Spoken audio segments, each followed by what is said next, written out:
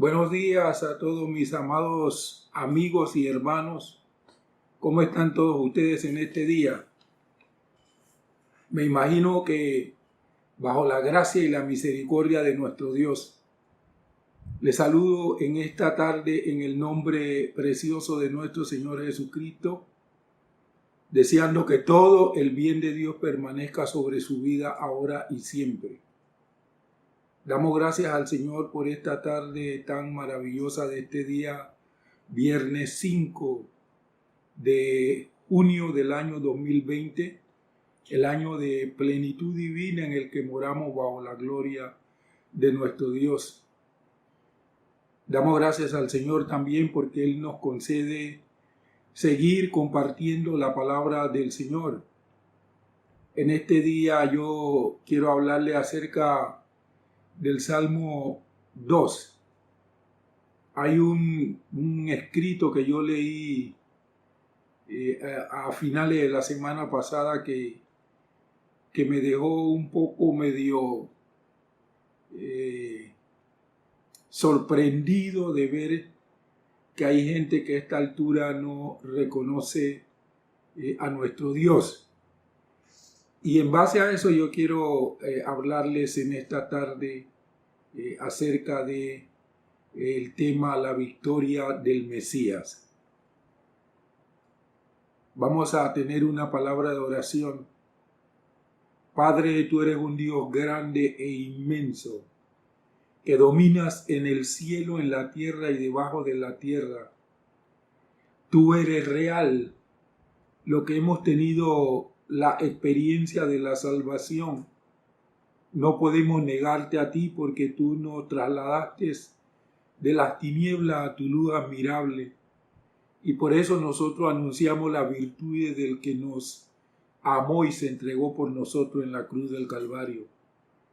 Señor, que en esta oportunidad que escudriñamos tu palabra, tú puedas de una manera especial fortalecernos en nuestro ser interior y darnos de tu conocimiento espiritual. Queremos tu sabiduría. Queremos, Señor, a través de tu palabra, seguir madurando para proyectar la imagen de nuestro Señor Jesucristo aquí en la tierra.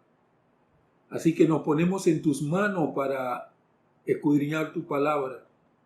Y por todo cuanto tú hagas, Padre, siempre te daremos a ti la honra y la gloria en el nombre de nuestro Señor Jesucristo.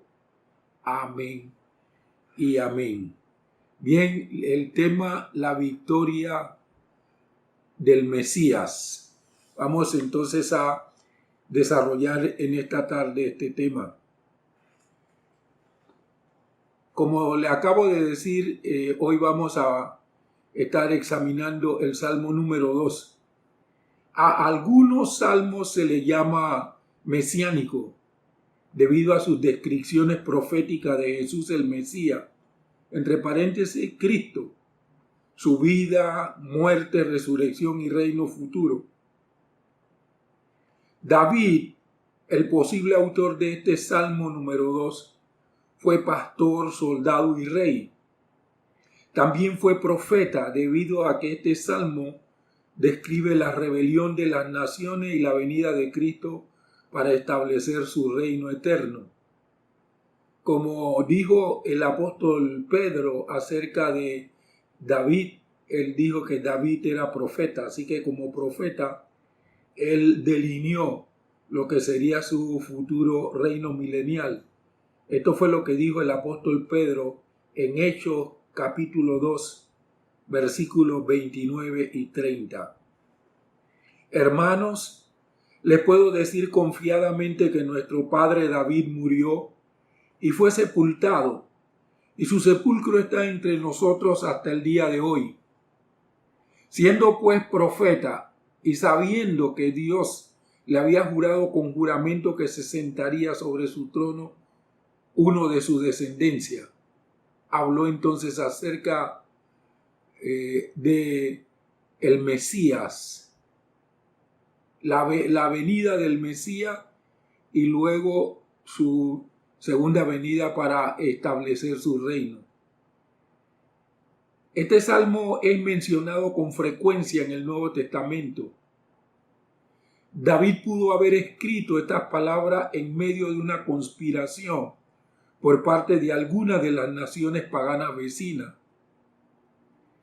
Elegido y ungido por Dios, David sabía que Dios cumpliría su promesa de traer al Mesías al mundo por medio de su descendencia, como Dios se lo había anticipado, se lo había jurado, como lo registra 2 Samuel capítulo 7 versículo 16, donde la palabra del Señor dice de la siguiente manera: tu casa y tu reino serán firmes para siempre delante de mí, y tu trono será estable para siempre. Entonces aquí Dios le estaba haciendo una promesa al rey David en cuanto al reinado futuro y eterno de un descendiente de él. Y David, como sabía que Dios no miente, esperaba que un día el Señor enviara a este mundo al Mesías.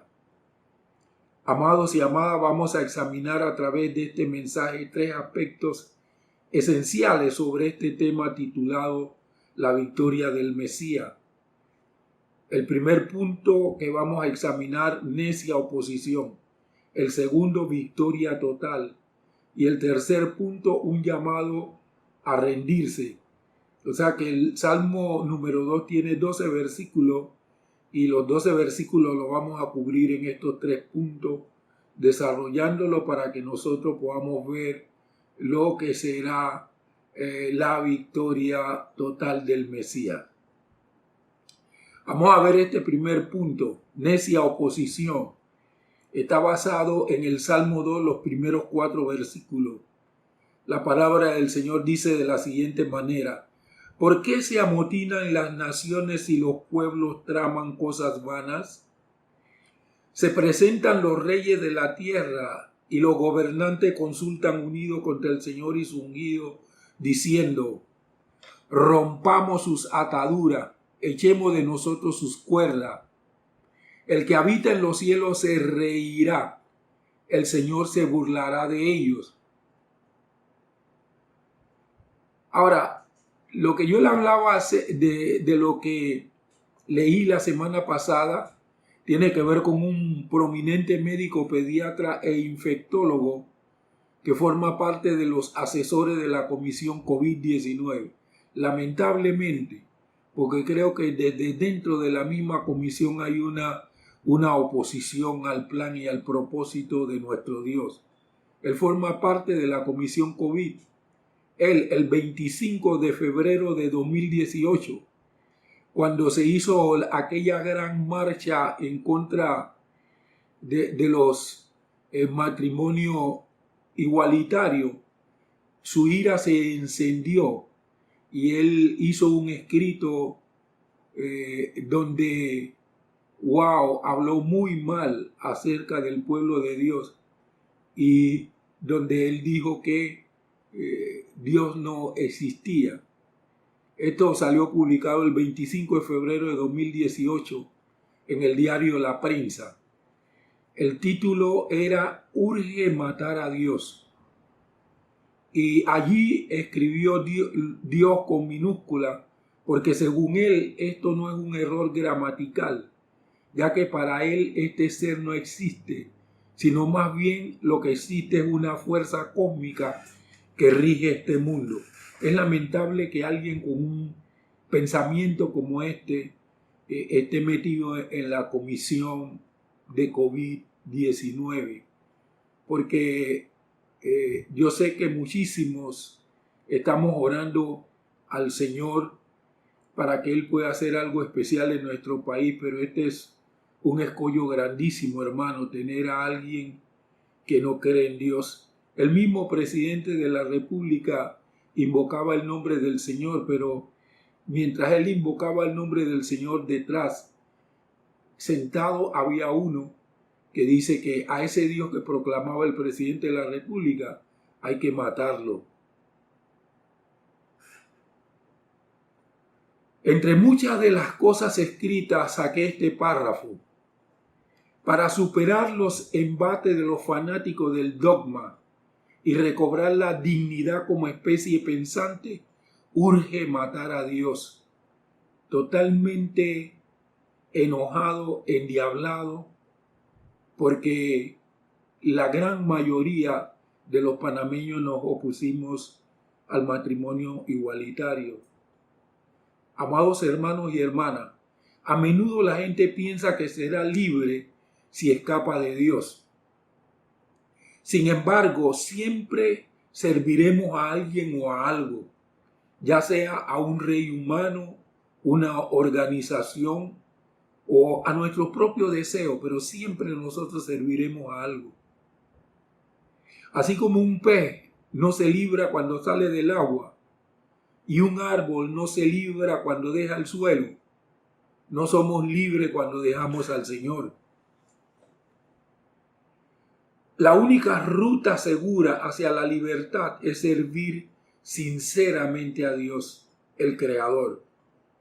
Él puede liberarte para que llegues a ser la persona que Él siempre quiso que tú fueras. Las naciones paganas, los inconversos, han tratado con frecuencia al pueblo de Dios con el mismo desdén que Goliat, que vimos la semana pasada. Se amotinan y reúnen a sus ejércitos, reyes, gobernantes, intelectuales, científicos, ateos, etc.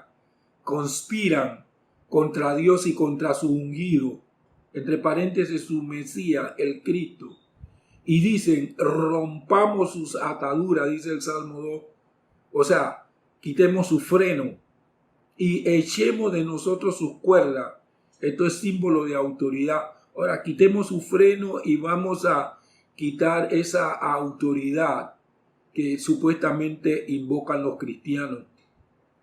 Pero ellos se olvidan que las ataduras que habla el Salmo número 2 son de amor. Como dice Osea 11:4, con cuerdas humanas los atraje, con vínculo de amor. Fui para ellos como los que ponen un bebé contra sus mejillas y me inclinaba hacia ellos para alimentarlo.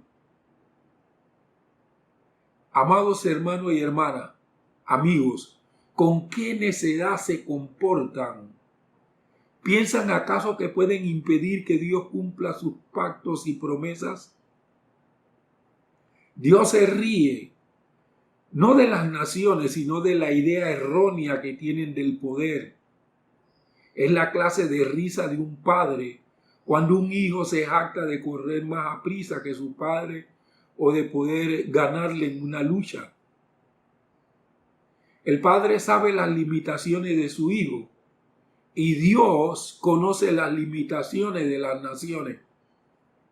Cada nación es limitada, pero Dios es trascendente.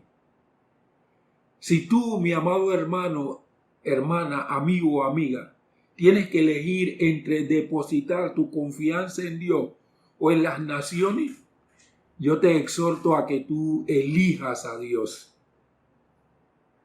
Las Sagradas Escrituras nos muestran a gobernantes y naciones que trataron de ridiculizar la fe en Dios de los israelitas, al igual que lo hizo Goliat, pero al final Dios lo ridiculizó a ellos. Quiero presentarle dos ejemplos de lo que es esta necia oposición y cómo Dios actuó con los que se comportan de esta manera. El primer ejemplo que le presento es el del faraón egipcio. Dios le mandó un mensaje bien claro con Moisés a Faraón para que dejara ir a su pueblo Israel, quien era su hijo primogénito, o le mataría a su hijo primogénito a él, como nos lo registra Éxodo capítulo 4, versículos 21 al 23. La palabra de Dios dice así: y el Señor dijo a Moisés: cuando estés de regreso en Egipto, haz en presencia de Faraón todas las señales que he puesto en tu mano. Sin embargo, yo endureceré su corazón y él no dejará ir al pueblo. Entonces dirás al faraón, así ha dicho el Señor, Israel es mi hijo, mi primogénito. Yo te digo que dejes ir a mi hijo para que me sirva. Si rehúsa dejarlo ir, he aquí que yo mataré a tu hijo, a tu primogénito. Moisés y Aarón llevaron el mensaje al faraón y él lo rechazó, como dice Éxodo capítulo 5, versículo 1 y 2. Después Moisés y Aarón fueron al faraón y le dijeron, el Señor, el Dios de Israel, dice así, deja ir a mi pueblo para que me celebre una fiesta en el desierto. Pero el faraón respondió, ¿quién es el Señor para que yo escuche su voz y deje ir a Israel? Yo no conozco al Señor, ni tampoco dejaré ir a Israel. Después de la 9ª plaga, Faraón se enojó mucho y amenazó a Moisés de muerte.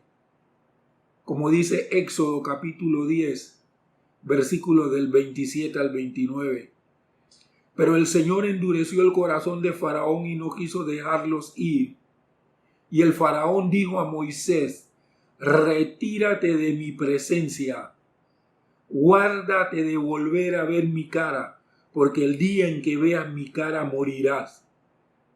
Y Moisés respondió, bien has dicho, jamás volveré a ver tu cara. El Señor, después de hacer las 9 señales en Egipto que le dijo a Moisés que haría, le ratificó que cumpliría su promesa y que el faraón los dejaría ir. Éxodo capítulo número 11, versículo 1 y luego del 4 al 6. Dice así la palabra del Señor. El Señor dijo a Moisés, traeré una sola plaga más sobre el faraón y sobre Egipto. Después de esto, él los dejará ir de aquí por completo.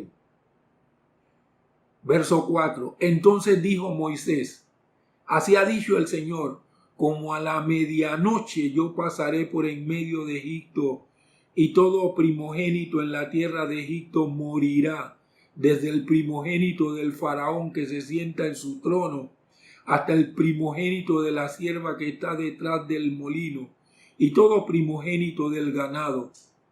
Habrá un gran clamor en toda la tierra de Egipto, como nunca lo hubo ni lo habrá. Amados hermanos y hermanas, amigos, Dios cumplió su palabra y terminó con la necia oposición del faraón, como nos lo muestra la palabra en Éxodo capítulo número 12, versículos del 29 al 32. Aconteció que a la medianoche el Señor mató a todo primogénito en la tierra de Egipto, desde el primogénito del faraón que se sentaba en el trono hasta el primogénito del preso que estaba en la mazmorra y todo primogénito del ganado.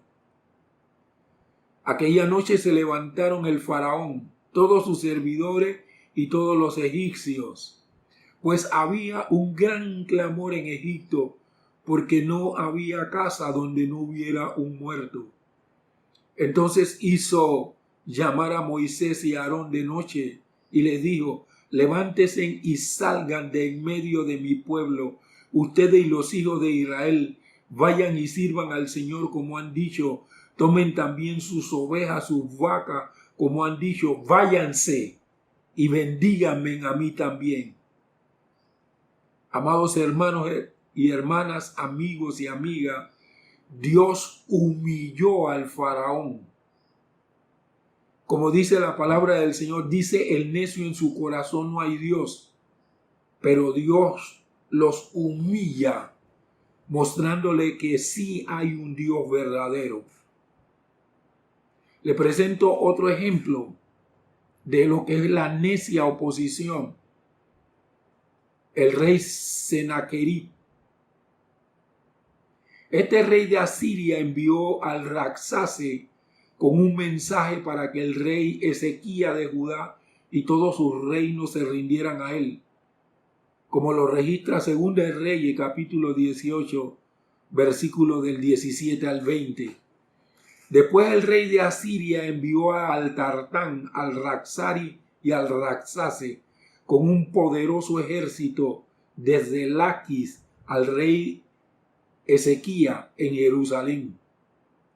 Subieron y llegaron a Jerusalén, y habiendo subido y llegado, se detuvieron junto al acueducto del estanque de arriba, que está en el camino del campo del lavador.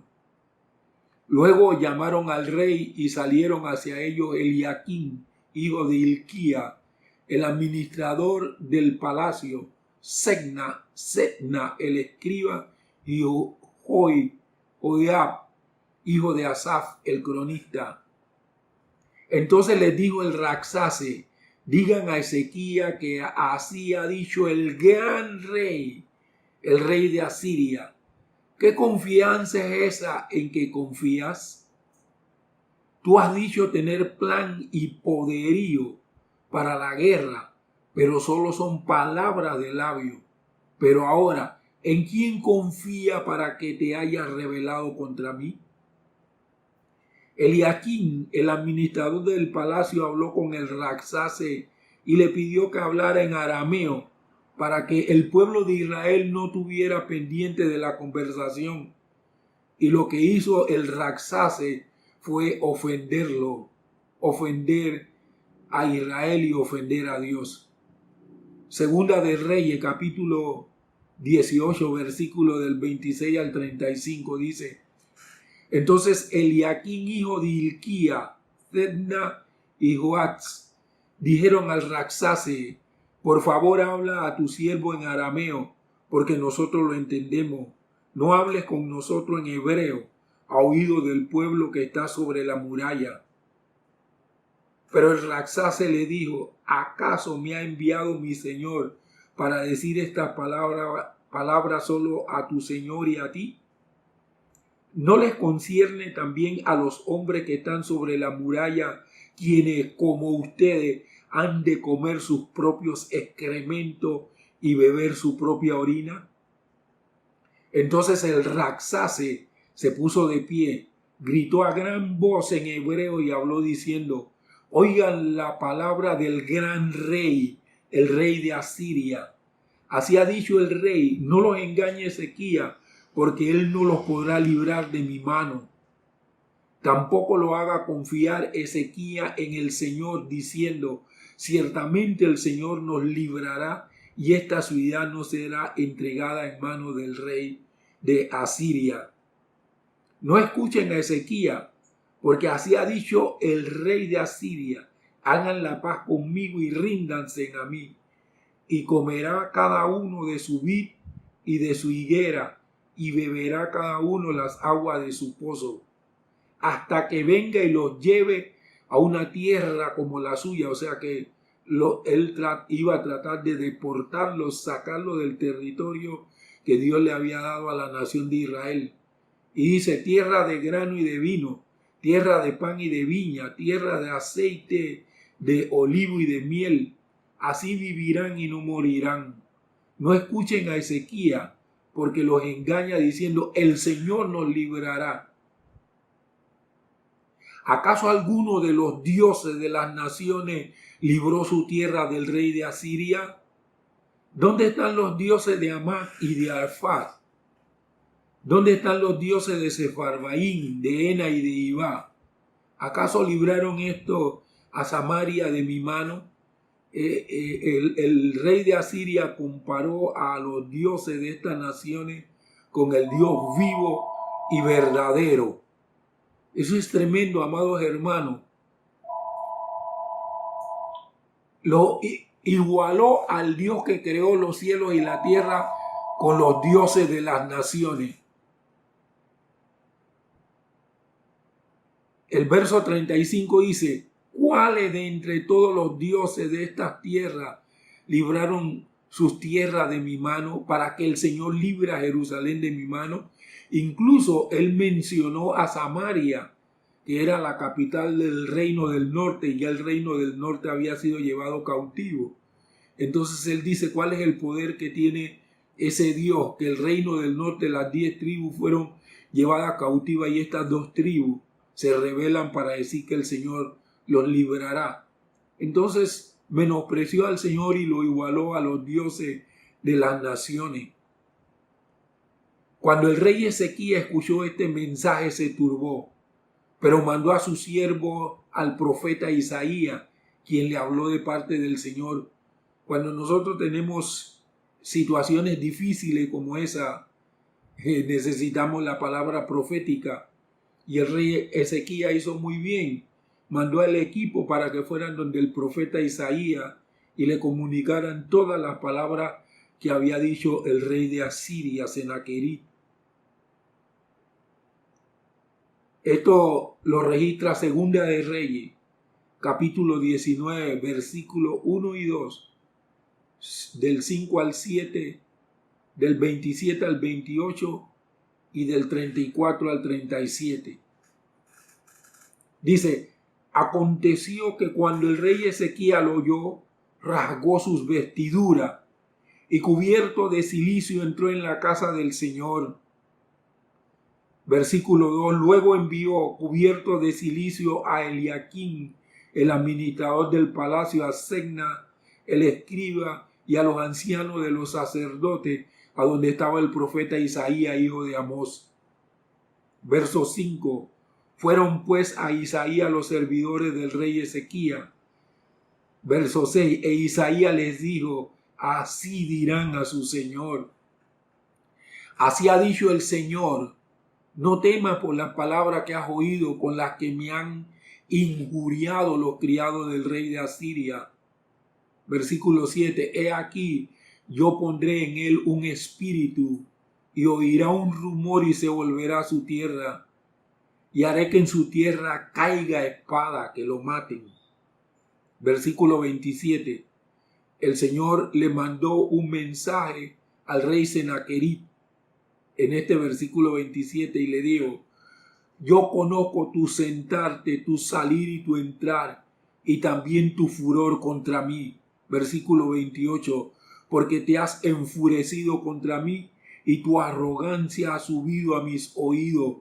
Pondré mi gancho en tu nariz y mi freno en tus labios, y te haré regresar por el camino por donde has venido.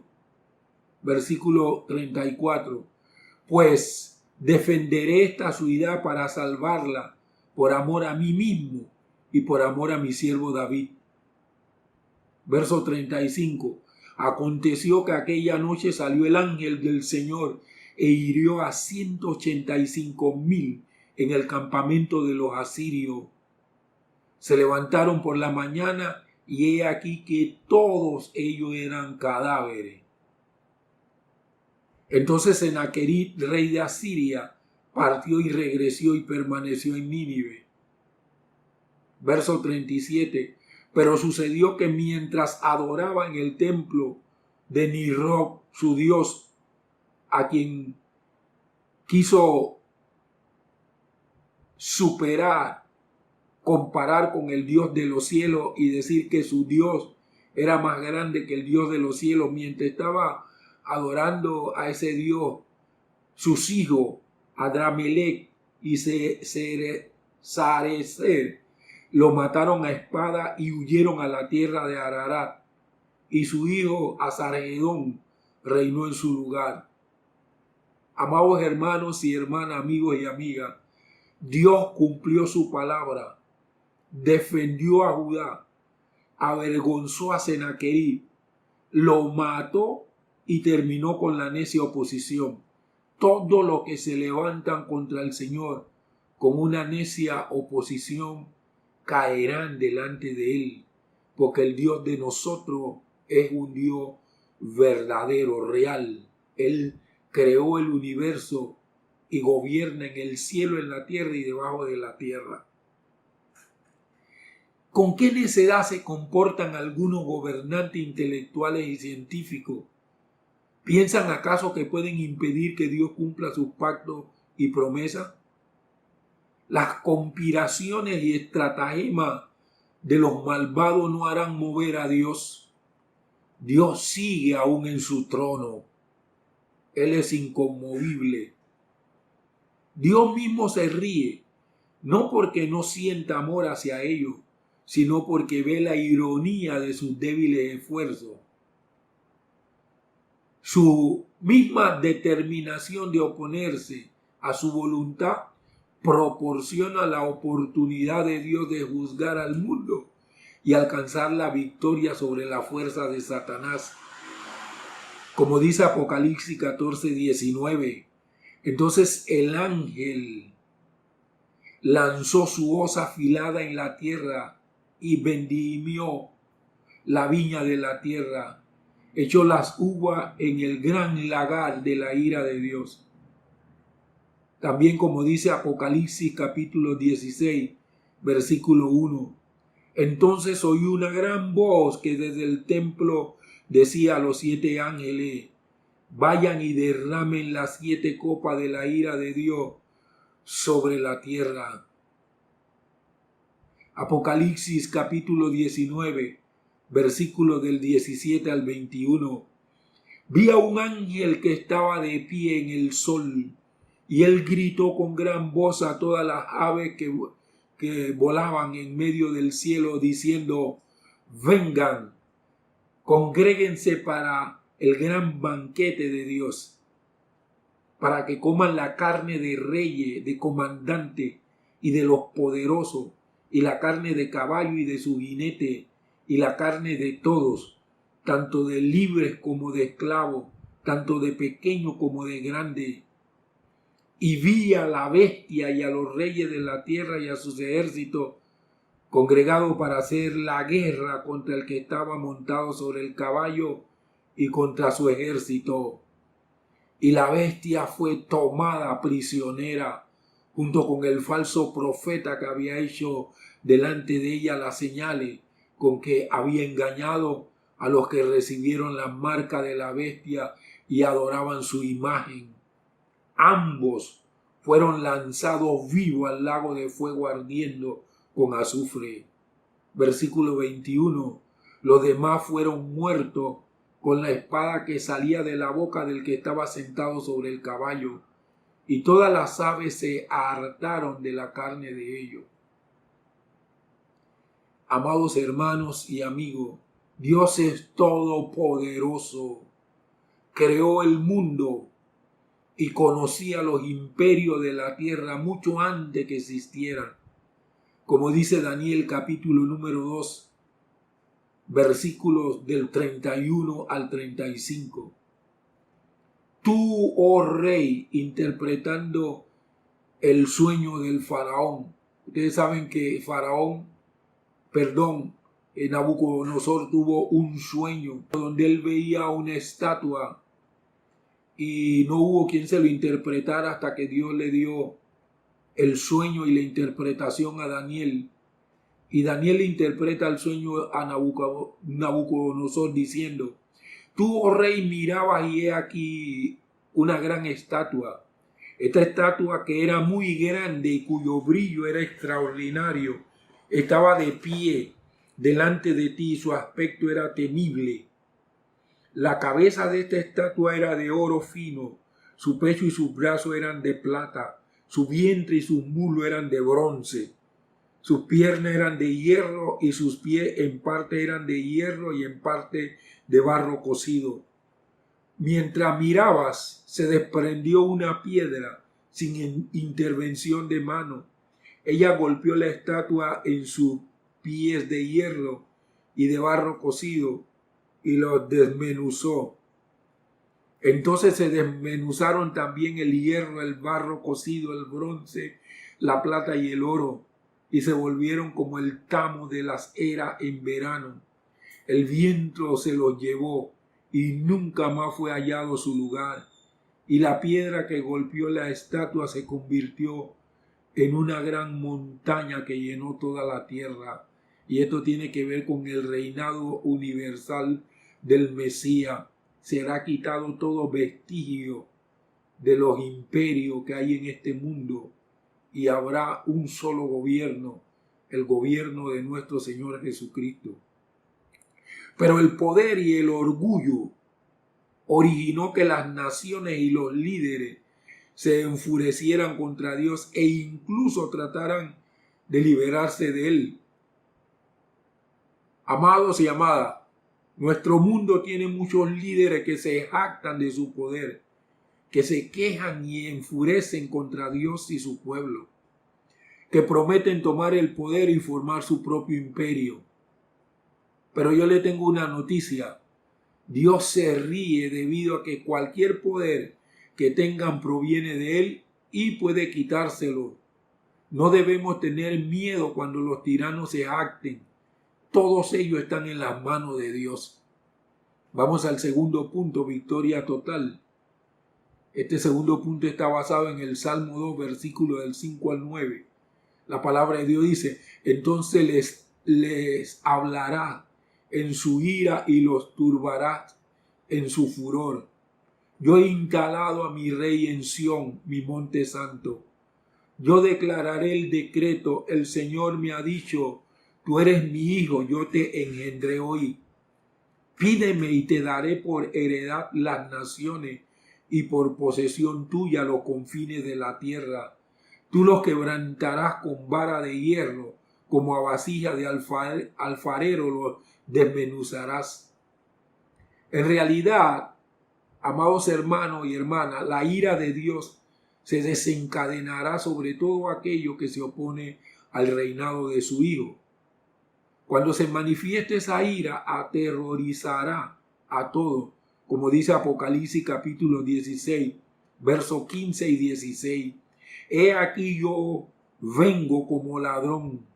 Bienaventurado el que vela y guarda su vestido para que no ande desnudo y vean su vergüenza. Y los congregó en el lugar que se llama en hebreo Armagedón.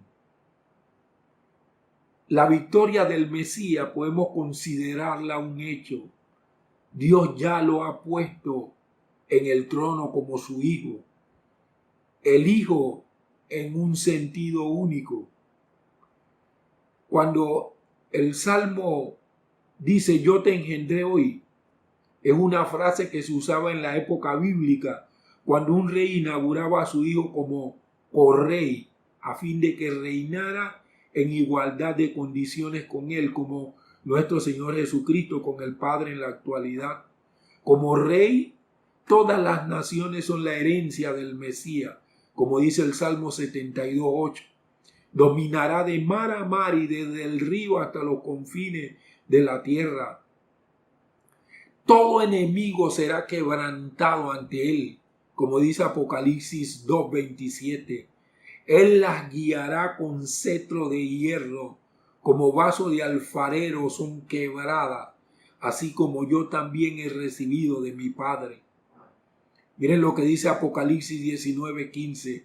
De su boca sale una espada aguda para herir con ella las naciones, y él las guiará con cetro de hierro. Él pisa el lagar del vino del furor y de la ira del Dios Todopoderoso. La palabra guiar de los dos versículos que leímos significa también actuar como pastor. Cuando el salmista proféticamente dice que Cristo los quebrantará con vara de hierro, está haciendo referencia al ministerio soberano de Cristo. Cristo no solo ejerció su ministerio como profeta, sino que desempeña las funciones de sumo sacerdote en la actualidad y también gobierna como rey, como dice Apocalipsis 1:5, y de Jesucristo el testigo fiel, el primogénito de entre los muertos y el soberano de los reyes de la tierra. El papel soberano de Cristo fue predicho en varias ocasiones en el Antiguo Testamento. Por ejemplo, Balán, el profeta mercenario, dijo: yo lo veré, pero no ahora, lo contemplaré, pero no de cerca. Una estrella saldrá de Jacob, se levantará un cetro de Israel, aplastará las sienes de Moab y los cráneos de todos los hijos de Set. Esto está en Números, capítulo 24, versículo 17. Se le ve también en su papel de soberano en el Salmo 45, en Isaías 9:7, en Jeremías 23:5 y en Miqueas 5:2. Después pueden buscar esos versículos y ver el papel de soberano de nuestro Señor Jesucristo, dicho desde el Antiguo Testamento. Vamos al tercer punto, un llamado a rendirse. Y esto está basado en los tres últimos versículos del Salmo 2, los versículos del 10 al 12, donde la palabra de Dios dice: y ahora, oh reyes, sean sabios, acepten la corrección, oh gobernantes de la tierra. El verso 11 dice: sirvan al Señor con temor y alégrense con temblor. El verso 12 dice: besen al Hijo, no sea que se enoje y pierdan el camino, pues enciende de pronto su ira. Bienaventurados todos los que en él se refugian. En vista de la certidumbre de la victoria de Cristo, amados hermanos y hermanas, amigos y amigas, ahora es el momento de servir a Dios y de rendir homenaje a su Hijo. Cuando comience su ira, será demasiado tarde para servirle. Pero Él no quiere destruirnos, quiere que confiemos en Él y seamos bendecidos. Su camino es el camino de bendición y gozo. Se describe a Cristo como el supremo gobernante del universo. Apocalipsis 19:16. En su vestidura y sobre su muslo tiene el nombre Rey de Reyes y Señor de Señores. Cristo es también el Rey de Gloria, como dice 1 Corintios 2:8. Ninguno de los príncipes de esta edad conoció esta sabiduría, porque si ellos la hubieran conocido, nunca habrían crucificado al Señor de la Gloria. Santiago 2:1 también nos habla acerca del glorioso Señor Jesucristo. Hermanos míos, tengan la fe de nuestro glorioso Señor Jesucristo, sin hacer distinción de personas. Los magos de Oriente lo reconocieron rey, como dice Mateo 2:2, preguntando: ¿dónde está el rey de los judíos que ha nacido? Porque hemos visto su estrella en el oriente y hemos venido para adorarle. Natanael, el discípulo que luego se convirtió en un apóstol de Caná de Galilea, también reconoció al Señor Jesucristo como Rey. Juan 1:49 dice: respondió Natanael: Rabí, tú eres el Hijo de Dios, tú eres el Rey de Israel. Amados hermanos y hermanas, amigos y amigas, aquellos que siguieron a Cristo lo consideraron también monarca. Lucas 19:38. Ellos decían: bendito el Rey que viene en el nombre del Señor, paz en el cielo y gloria en las alturas. El Señor Jesucristo también se refirió a sí mismo como un rey. Mateo 25:34. Entonces el rey dirá a los de su derecha: vengan, benditos de mi Padre, hereden el reino que ha sido preparado para ustedes desde la fundación del mundo. Y también al Señor Jesús se le identificó como rey en la cruz del Calvario. Juan 19:19. Pilato escribió y puso sobre la cruz un letrero en el cual fue escrito: Jesús de Nazaret, Rey de los judíos. Mientras que los hombres en la actualidad no aceptan el reino justo de Cristo, llegará el día cuando Él derrotará a sus enemigos, como dice el Salmo 110:1. El Señor dijo a mi Señor: siéntate a mi diestra hasta que ponga a tus enemigos como estrado de tus pies. Lo dice también Apocalipsis 17:14. Ellos harán guerra contra el Cordero y el Cordero los vencerá, porque Él es Señor de señores y Rey de reyes, y los que están con Él son llamados y elegidos y fieles. Los monarcas de la tierra se inclinarán ante él, como dice el Salmo 72:11. Ante él se arrodillarán todos los reyes y le servirán todas las naciones. Luego el mundo sabrá lo que es un reino de justicia, como dice el Salmo 45:6. Tu trono, oh Dios, es eterno y para siempre. Cetro de justicia es el cetro de tu reino. El versículo 12 dice, besen al Hijo. Se refiere a rendirse y someterse completamente al rey. ¿Sabe que a los reyes se les besaba en la mano? Cuando los súbditos de la reina Isabel la besan en la mano.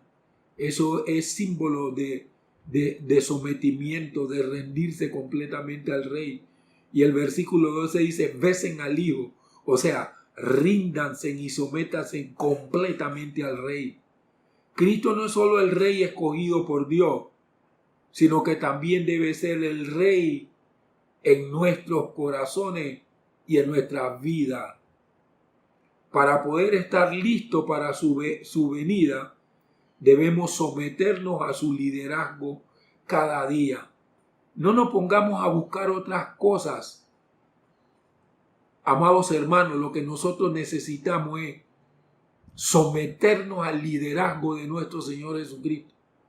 Cuando nos sometemos al liderazgo de nuestro Señor Jesucristo, se hace evidente en nosotros el fruto del Espíritu Santo y comenzamos nosotros entonces a proyectar la imagen de Cristo aquí en la tierra, que es el propósito original de Dios. Dios nos creó a nosotros a su imagen, conforme a su semejanza. Y los que antes conoció, también los predestinó para que sean hechos conforme a la imagen de su Hijo. Mi amado hermano, mi hermana, mi amigo, mi amiga, nosotros debemos estar listos para el retorno de nuestro Señor Jesucristo. Todo lo que nosotros estamos viendo que acontece son señales del tiempo final. Y nosotros, más que nunca en este tiempo, debemos someternos a su liderazgo. Vamos a tener una palabra de oración. Padre, muchísimas gracias en el nombre de Jesús. Ayúdanos a entender que por mayor necedad opositora que haya, tú siempre vencerás, porque tú eres el Dios verdadero que hiciste los cielos y la tierra, el mar y todo lo que en ellos hay. Tú no eres una quimera, tú eres real. Tú te manifiestas con poder en nuestras vidas y nos das testimonio de que eres real y que tú enviaste a Jesús, que lo levantaste de entre los muertos y le has sentado a tu derecha para que cogobierne contigo, porque tú lo engendraste para cogobernar contigo.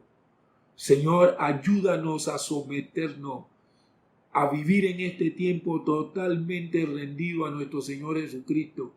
Como dijo tu siervo Pablo, que no nos apartemos ni a izquierda ni a derecha, sino que Cristo sea nuestro centro, que no lo sea, Dios mío, nuestro propio deseo, que no lo sea la ciencia, el conocimiento humano, que no lo sea ni siquiera el judaísmo, sino que nuestros ojos estén puestos en el Señor Jesucristo y totalmente rendidos a Él para, Señor, estar listo para su pronto retorno. En el nombre precioso de nuestro Señor Jesús, te damos a ti la honra y la gloria. En el nombre de Jesús. Amén. Amados hermanos y amigos, que el Señor les continúe bendiciendo de una manera especial. Espero volver a estar con ustedes el día domingo a las 9 de la mañana para continuar el estudio del libro de los Hechos. Hasta que llegue a ese tiempo, que Dios de una manera muy especial le pueda guardar y proteger en este tiempo. En el nombre precioso de Cristo Jesús.